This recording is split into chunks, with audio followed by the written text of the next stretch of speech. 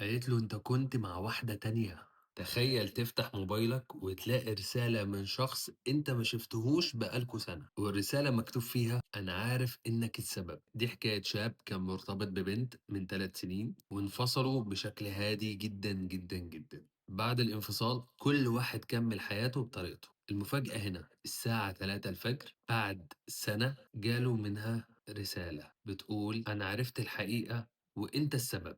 الولد اتفاجئ جدًا، وراح اتصل بيها فورًا، قالت له: "فاكر اليوم اللي أنت قُلت لي فيه إنك كنت مع أصحابك؟" قال لها: "آه." قالت له: "أنت كنت مع واحدة تانية."